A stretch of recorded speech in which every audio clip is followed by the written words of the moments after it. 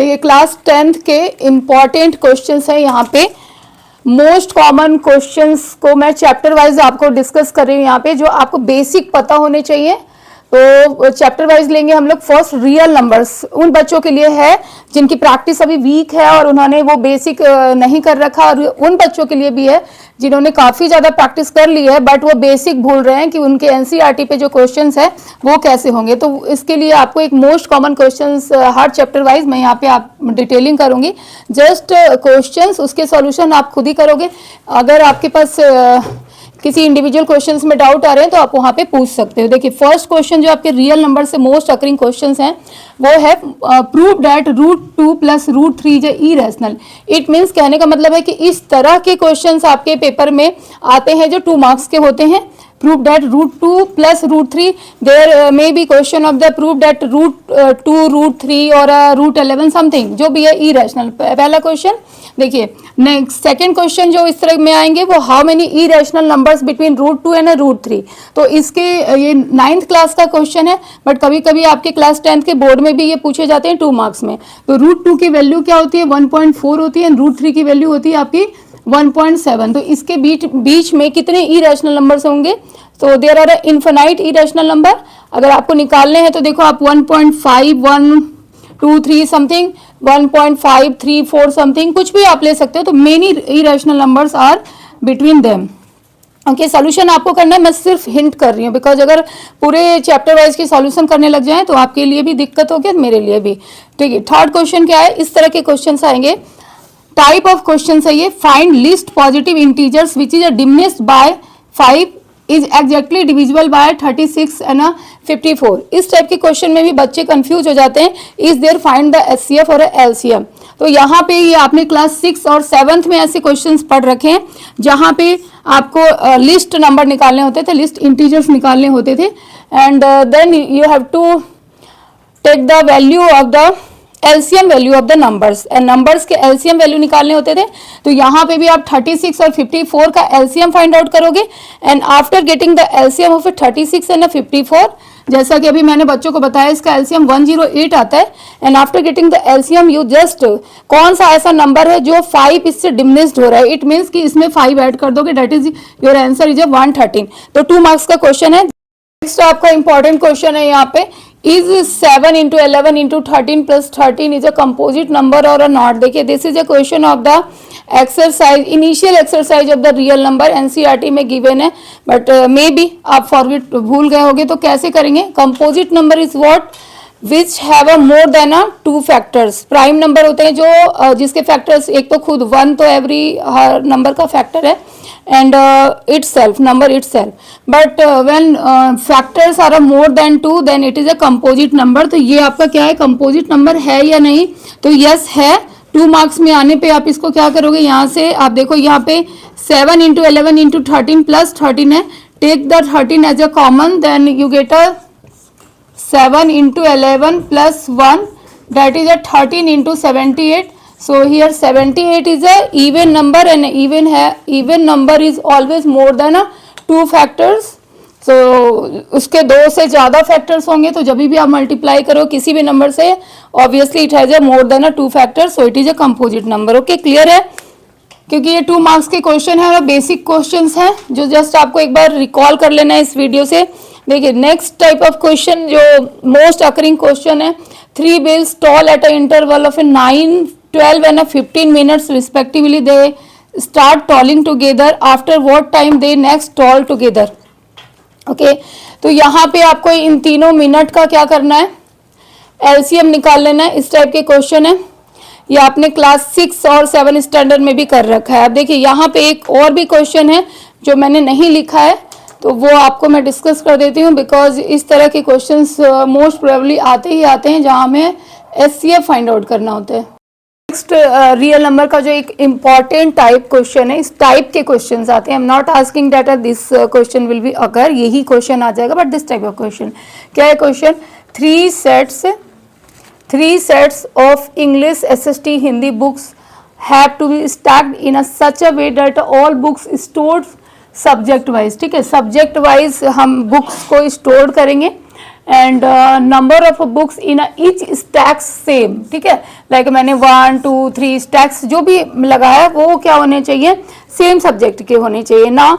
English SST Hindi books are respectively 192 240 and 168 subject respectively. Okay, so find number of stacks for a English SST और Hindi books. इस type के questions आते हैं 3 marks में। तो अब यहाँ पे भी बच्चे कंफ्यूज होते हैं, मोस्टली बच्चे कंफ्यूज होते हैं कि इज देयर LCM हमें निकालना है और SCF। तो आप देखिए जब भी आपको यहाँ पे क्या करना है, ये नंबर ऑफ बुक्स हैं सब्जेक्ट वाइज और आपको स्टैक्स करने हैं, स्टोर करना है और लगाने हैं, स्टैक्स करने हैं। तो नंबर ऑफ स्टैक्स क्या होंगे, नंबर ऑफ, सपोज हम यहाँ कर लो कि आप रो वाइज लगा रहे हो और सारे बुक्स एक साथ आने चाहिए, तो ऐसी सिचुएशन में आप क्या निकालोगे, इसका हाईएस्ट कॉमन फैक्टर निकालोगे, ठीक है। तो हाईएस्ट कॉमन फैक्टर आप इन तीनों नंबरों का निकालने के बाद, जब तीनों नंबरों का आप SCF जब निकाल लोगे, इसका सॉल्यूशन निकालोगे कि SCF इन तीनों नंबरों का निकाला, ठीक है। तो इसका SCF जो है ना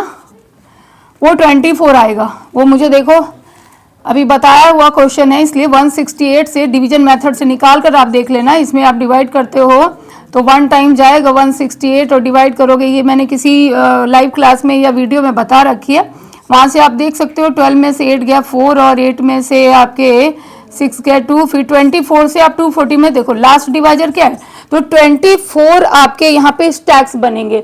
अब हर सब्जेक्ट के कितने बनेंगे, तो 192 है, तो 192 डिवाइडेड बाय 24, इसका ये इंग्लिश का बन गया। इसी तरह SST का बन जाएगा 240 डिवाइडेड बाय 24, मतलब इस टाइप के क्वेश्चंस आते हैं। तो today I am discussing about the questions which is the most occurring type of questions. ये डिस्कशन हमारा चल रहा है बिफोर एग्जामिनेशन। ओके, अब हम लोग यहाँ रियल नंबर्स का बेसिक डिस्कस कर चुके हैं। नेक्स्ट हमारा एक्सरसाइज चैप्टर जो है वो पॉलिनोमियल्स है। तो देख बेसिक टाइप ऑफ क्वेश्चन क्या आता है पॉलिनोमियल्स में। तो पहले तो आपको पता है कि हमारा जो पहला एक्सरसाइज है जहाँ पे हमें रूट्स निकालने होते हैं और वेरीफाई करने होते हैं।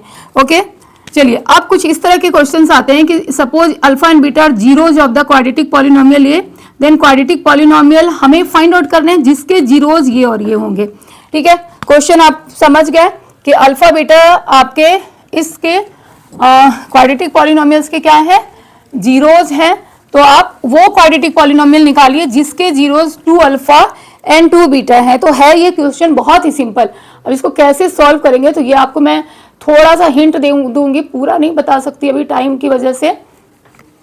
यहाँ पे हम कैसे करेंगे, देखिए यहाँ पे हमें जो करने का हमारा मेथड होना चाहिए, यहाँ पे आप रूट्स फाइंड आउट नहीं करो, फैक्टराइज करके मत करो। आपको जो एक बेसिक स्टेप यूज करना चाहिए वो ऐसा करना चाहिए कि आपका क्वाड्रेटिक इक्वेशन ये गिवन है, इस क्वाड्रेटिक इक्वेशन को आप बेसिक क्वाड्रेटिक इक्वेशन है ना उसके फॉर्म में लेकर आ जाओ, ठीक है। आप इस फॉर्म में लेकर आ जाओ। तो इस फॉर्म में आप इसको लेकर आओगे तो यहाँ पे एक्स स्क्वायर का जो कोफिशिएंट है उसको 1 कर दो। एक्स स्क्वायर का कोफिशिएंट आपको 1 करना है। 1 करने के लिए आप पूरे को किससे डिवाइड कर दोगे, 4 से डिवाइड कर दोगे।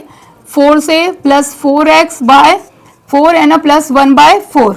ओके, ये काम कर दिया। तो x square plus x plus 1 by 4। अब ये जो क्वाड्रेटिक इक्वेशन है ना इसको आप इससे कंपेयर कर लो। जो आपका क्वाड्रेटिक इक्वेशन होता है वो होता है एक्स स्क्वायर माइनस, इफ यहाँ पे 2 रूट्स निकलेंगे, क्वाड्रेटिक इक्वेशन के 2 रूट्स निकलते हैं, आपको मालूम है 2 जीरोस निकलते हैं। तो हमारा जो क्वाड्रेटिक इक्वेशन होता है आप इसको फैक्टराइज नहीं करके इस मेथड से जाओ तो फार बेटर है। अगर आप फैक्टराइज करना चाहते हो तो आप फैक्टराइज करके भी 2 रूट्स निकाल सकते हो, वहां पे भी प्रॉब्लम नहीं है। अदरवाइज आप इससे कंपेयर कर लो। ये जगह होता है हमारा सम ऑफ रूट्स का and this is a product of root. Okay, तो यहाँ क्वेश्चन में हमने क्या निकाल लिया, सम ऑफ रूट्स हमारे 1 हो रहे हैं और प्रोडक्ट ऑफ रूट हमारा 1/4 हो रहा है। और इनको सॉल्व करके आप अल्फा बीटा निकाल सकते हो। यहाँ से अल्फा बीटा जब आपके निकल जाते हैं तो आप उसको डबल करके यहाँ पे 2 alpha and 2 beta find out कर लोगे और 2 अल्फा प्लस 2 बीटा की वैल्यू जो भी आएगी आप यहाँ पे रखोगे और उनका प्रोडक्ट रखोगे एंड यू गेट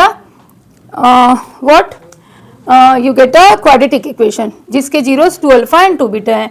इस मेथड से जा सकते हो। और दूसरा कि मैंने जैसे बताया फैक्टराइज करके यहाँ से जीरोस निकालोगे और अल्फा बीटा की वैल्यू जो आ जाएगी, चलिए मैं इसको कर देती हूँ, यहाँ पे मैं कर देती हूँ। ये वाला पार्ट आपको क्लियर हो गया। अब इसके बाद हम इसको फैक्टराइज करके आपको दिखा देते हैं, दूसरे मेथड से दिखा देते हैं।